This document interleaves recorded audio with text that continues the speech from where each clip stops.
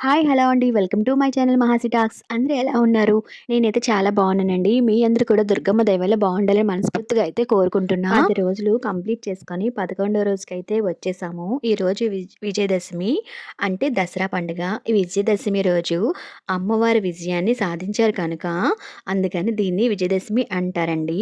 అమ్మవారు ఎలా అయితే విజయాన్ని సాధించారో అలాగే మనందరం కూడా ఎన్నో విజయాలను పొందాలని, అందరూ కూడా క్షేమ, ధైర్య, ఆయు, ఆరోగ్యాలు అష్టైశ్వర్యాలతో తొలతూగాలని, ఆ అమ్మవారి శక్తులన్నీ కలగాలని మనస్ఫూర్తిగా కోరుకుంటూ మీ అందరికైతే విజయదశమి శుభాకాంక్షలండి. ఈ విజయదశమి రోజున అమ్మవారికి ఏ విధంగా పూజించాలి? నివేదించవలసిన నైవేద్యాలు ఏంటి? అమ్మవారికి తాంబూలం ఎలా ఇవ్వాలి? అమ్మవారికి ఉద్వాసన ఎలా చెప్పాలి? పీఠాన్ని ఏ సమయంలో కదపాలి? ఈరోజు నాన్ వెజ్ తినవచ్చా లేదా? ఇలా ఎన్నో విషయాలు ఈ ఈరోజు వీడియోలో అయితే మీకు చెప్తానండి. ఇంకా ఈ వీడియో అయితే మీకు యూస్ అవుతుందని అనుకుంటున్నానండి. అందుకని వీడియో అనేది ఎక్కడా స్కిప్ చేయకుండా లాస్ట్ వరకు చూడండి. అప్పుడే నేను వీడియోలో ఏం చెప్తున్నానో అన్నది మీకైతే అర్థమవుతుంది. ఇంకా వీడియోలోకి అయితే వెళ్ళిపోద్దామండి. ఈ 11 రోజులు కూడా నవరాత్రులు ఎంతో భక్తితో నియమ నిష్ఠాలతో అమ్మవారిని ఘనంగా అయితే పూజలు చేసుకున్నాము. శక్తి స్వరూపిణి అయినటువంటి జగన్మాత ఈ నవరాత్రుల్లో మహిషాసురుడు అనే రాక్షసుని సంహరించి చెడుపై మంచి సాధించిన విజయాన్ని విజయదశమి పండుగ అయితే మనం జరుపుకుంటామండి. నవరాత్రులు పూర్తయిన తర్వాత మరుసటి రోజు విజయదశమి అంటే దసరా పండుగ రోజు అమ్మవారిని ఎంతో ఘనంగా పూజిస్తాము. అయితే ఈరోజు అమ్మవారిని ఉదయాన్నే పూజించుకోవాలా? లేదంటే సాయంత్రం పూజించుకోవాలా? అంటే ఉదయాన్నే అయితేనే అమ్మవారిని పూజించుకోవాలండి. ఎందుకంటే సాయంత్రం అయితే మనం పీఠాన్ని అనేది కదిపేస్తాం కదా!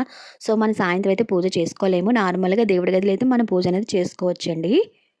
ఈరోజు నాన్ వెజ్ తినకూడదండి. ఎందుకంటే మనం కుంకుమ పూజ చేసుకుంటాం కదండీ! నాన్ వెజ్ అయితే తినకూడదు. ఈ 10 రోజులు కూడా పూజ చేసుకోలేము అని బాధపడేవాళ్ళు విజయదశమి రోజు ఈ ఒక్కరోజైనా అమ్మవారి పూజ చేసుకొని లక్ష్మీ కటాక్షం అనేది పొందండి. ఈరోజు అనగా అక్టోబర్ 2వ తేదీన గురువారం విజయదశమి చేసుకుంటామండి. ఈరోజు అమ్మవారిని శ్రీ రాజరాజేశ్వరి అమ్మవారిగా మనకైతే దర్శనం ఇస్తారు. అమ్మవారిని ఆకుపచ్చ చీరతో అయితే ధరిస్తారండి. ఈరోజు అమ్మవారికి నివేదించవలసిన నైవేద్యాలు శక్తి కొలది ఏ ప్రసాదమైనా చేసుకోవచ్చండి. ఈ రోజైతే తెల్లవారి నిద్ర లేచి ఇల్లు గుమ్మాలు అన్నీ కూడా నీట్‌గా క్లీన్ అనేది చేసుకోవాలండి.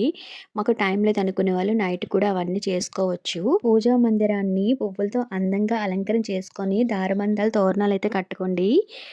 లక్ష్మీకళ ఉట్టిపడేలా ఇంటినంతా సిద్ధం చేసుకోండి. నేను నిన్న పెట్టిన పువ్వులు, దీపపు కుందులు, నైవేద్యాలు అన్నీ తీసేసానండి. కొత్త పువ్వులనైతే నేను పెట్టుకున్నాను. వేపాకులు పెట్టా కదా! అవి కూడా తీసేసానండి. ఇలా అందంగా అయితే అలంకరణ చేసుకున్నాను. నిమ్మకాయల మాల వేసుకున్నాం కదా! నిన్న అది కూడా తీయలేదండి. ఎందుకంటే పూజ తర్వాత ఆ మాలనైతే నేను తీసేస్తాను. ఈరోజైతే అమ్మవారిని ఎర్రని పువ్వులతో లేదా సుగంధమైన పుష్పాలతో అయితే ఈరోజు అమ్మవారిని అందంగా నీట్‌గా అలంకరించుకోవాలండి. లేదా మీకు దొరికిన పువ్వులతోనైనా పూజ చేసుకోవచ్చు. ఇలా నీట్‌గా అమ్మవారినైతే నేను ఇలా అందంగా అలంకరించుకున్నానండి. ఈరోజైతే మనకి అమ్మ రాజరాజేశ్వరిగా దేవిగా అయితే దర్శనం ఇస్తారు కదా! ఆ అమ్మవారి అష్టోత్తరాలన్నీ చదువుకోండి. అలాగే దేవి ఖడ్గమాల కూడా చదువుకోండి. అలాగే లలిత సహస్రం అన్నీ కూడా చదువుకోవాలి. ఈ నవరాత్రులు కుంకుమ పూజ చేసుకుంటే చాలా మంచిదండి. ఆ అమ్మ మనకి కొండంత సౌభాగ్యం అయితే అందిస్తారు.